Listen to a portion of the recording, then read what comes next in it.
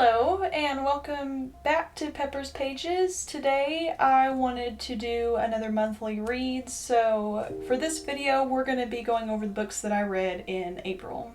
The first book I want to discuss today is Handmaid's Tale by Margaret Atwood. Gilead is a dystopian rebuilding of New England where the top officials live with their barren wives. To combat rising infertility, laws are slowly and quietly put into place that eventually take away all rights of women.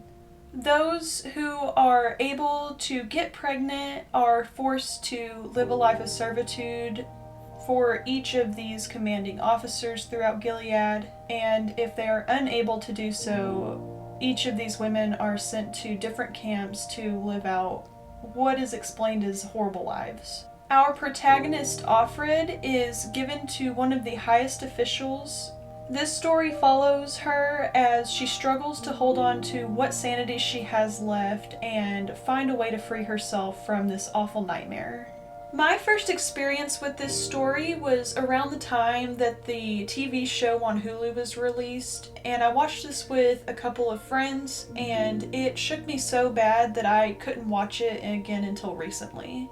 It really blows my mind that this book was written in 1985 and still feels like it holds up really well outside of technological aspects. In this, Atwood lays out what is currently happening and then slowly feeds you the stuff from the past. I personally love the slow burn feeling of this and having the opportunity to come up with my own ideas on why things are the way that they are, only to have the answers come out in the most opportune moments.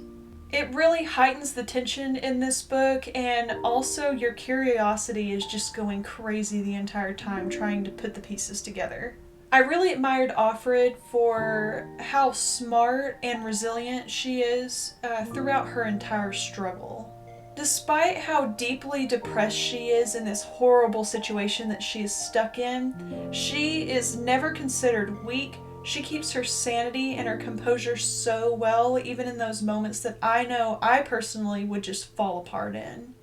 But at the same time, she is not portrayed as the strongest person in the world either. She's just a normal woman thrown into horrific circumstances who knows that the only person who can save her is herself.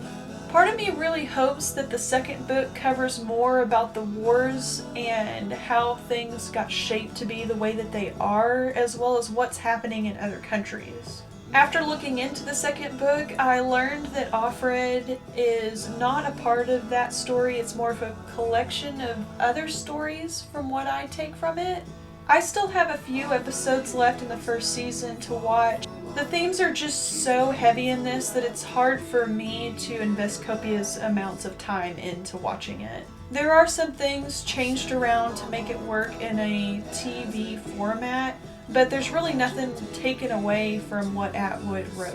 The biggest thing so far is that all of the seasons are following Offred as she continues on through this life and finding a way to get out of it, while the first book is the only one about her. I do wish that the Waterfords had been portrayed as older people like they are in the book, but that's really just personal preference.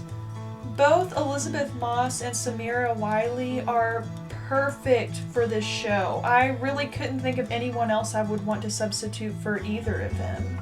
Before we wrap this book up, I do have an interesting fact that I had no clue about until I started working on this video. In 1990, a film was released starring Natasha Richardson, who is probably better known as Elizabeth James in the 1998 Parent Trap movie.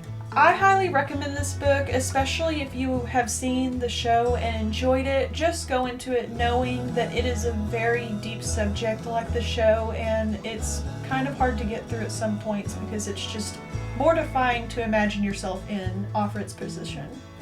The second book that I read in April was Bram Stoker's Dracula. Set up in the form of journal entries, newspaper articles, and letters, this book accounts the struggle between good and evil when Count Dracula starts terrorizing a group of friends. After losing a member of their group, Lucy, the group turns to Professor Van Helsing to help them get out of this nightmare of a situation. Soon after, Mina starts showing strange signs of illness and is inexplicably drawn to the Count. This book is the first written account of Dracula, who Bram Stoker based off of Vlad the Impaler, and it was published in 1897. I listened to this through Audible and honestly strictly got it because Tim Curry was on the cast list as Van Helsing. He didn't have too big of an appearance in this, but nonetheless it made me very happy to hear his voice.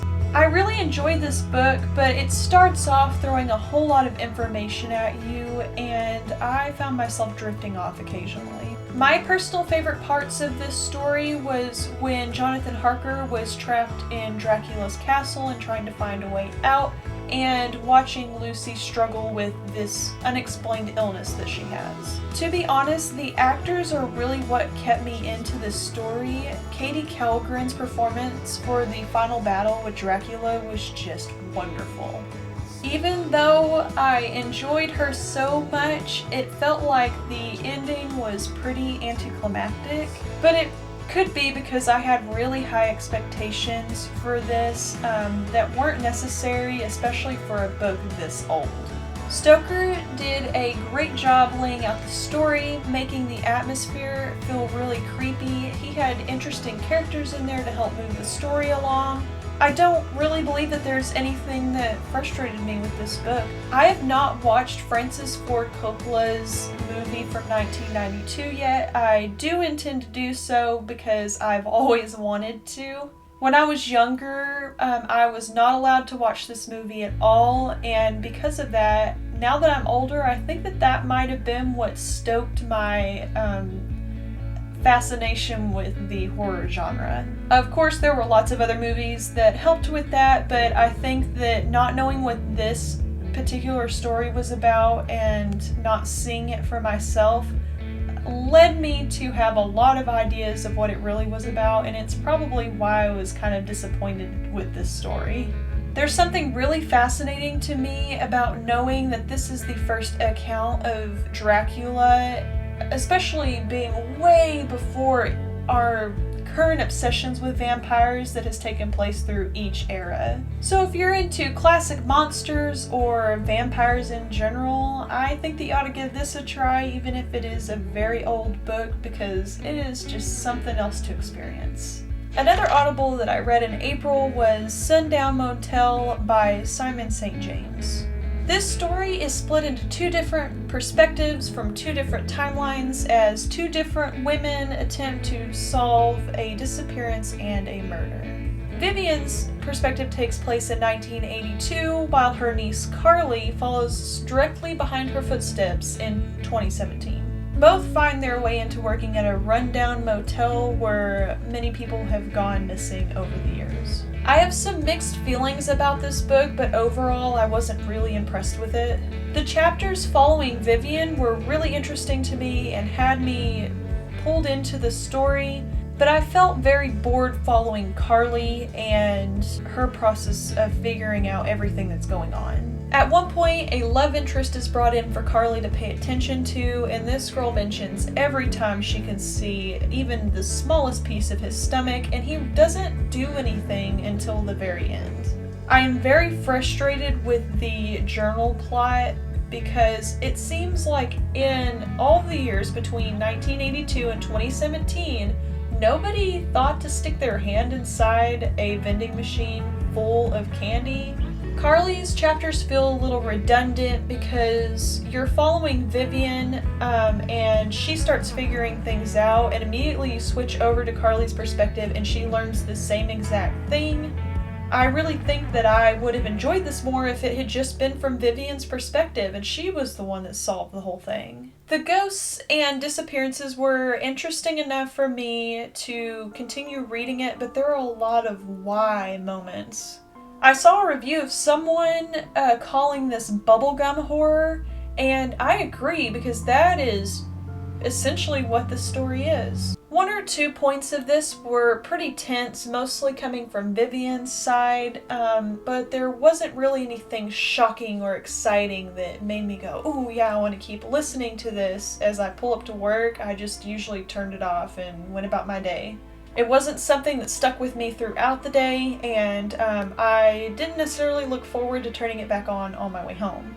A lot of people liked this book. You may enjoy it a lot more than I did, but this book just personally wasn't for me. Next we have The Face of Fear by Dean Koontz. After well-known mountain climber turned psychic Graham Harris becomes involved with a murder case, he finds himself and his girlfriend Connie trapped inside of a building with the killer known as the Butcher.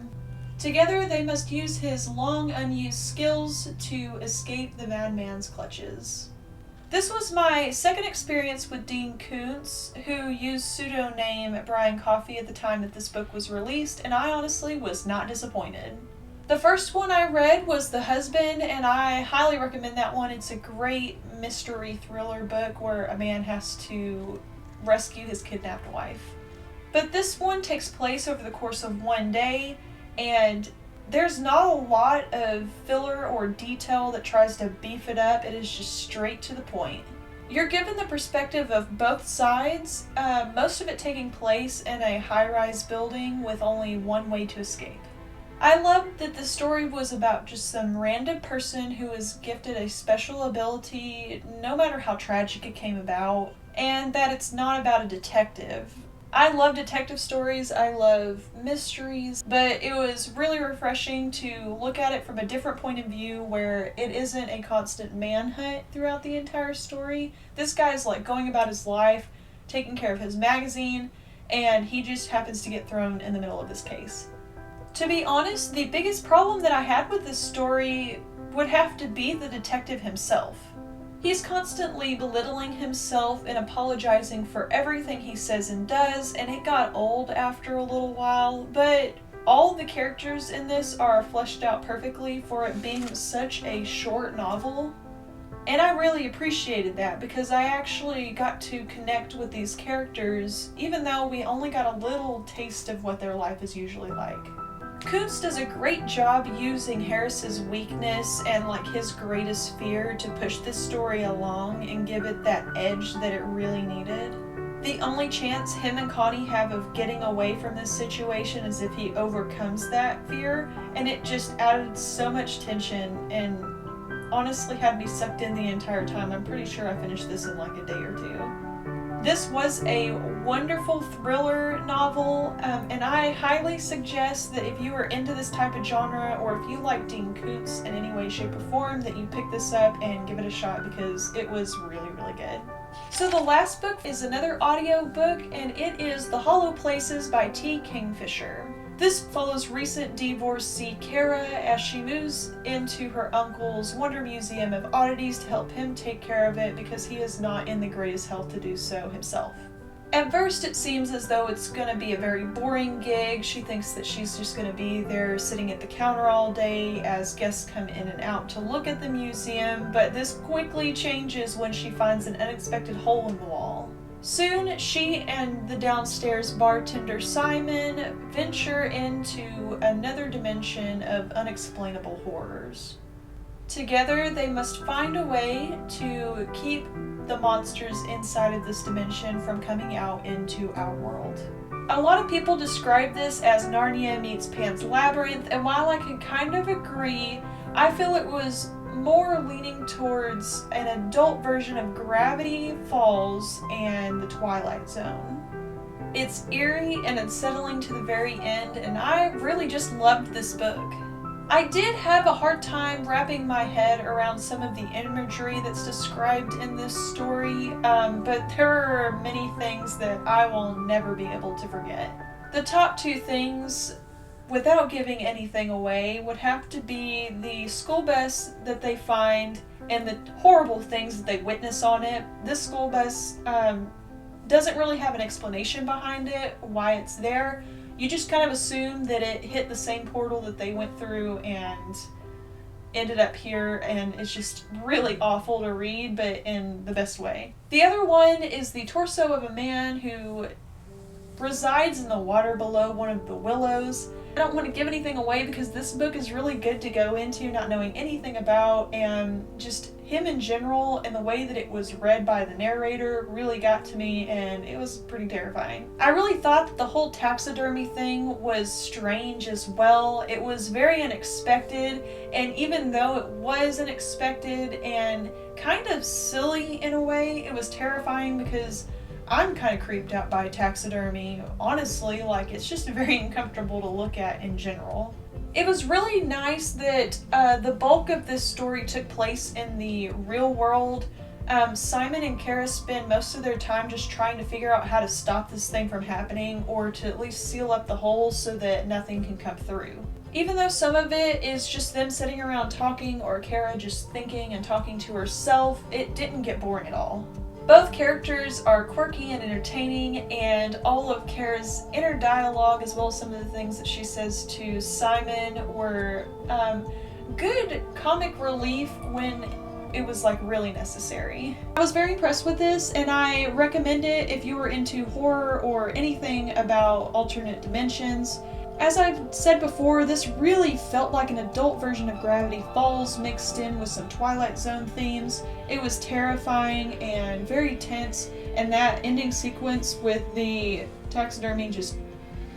So that is my April reads for this year. I know I'm very far behind on them so far. We're almost into 2022, so hopefully I can catch up on those before the end of the year. As always, I hope you all are having a fantastic day, an even better week, and until next time, happy reading.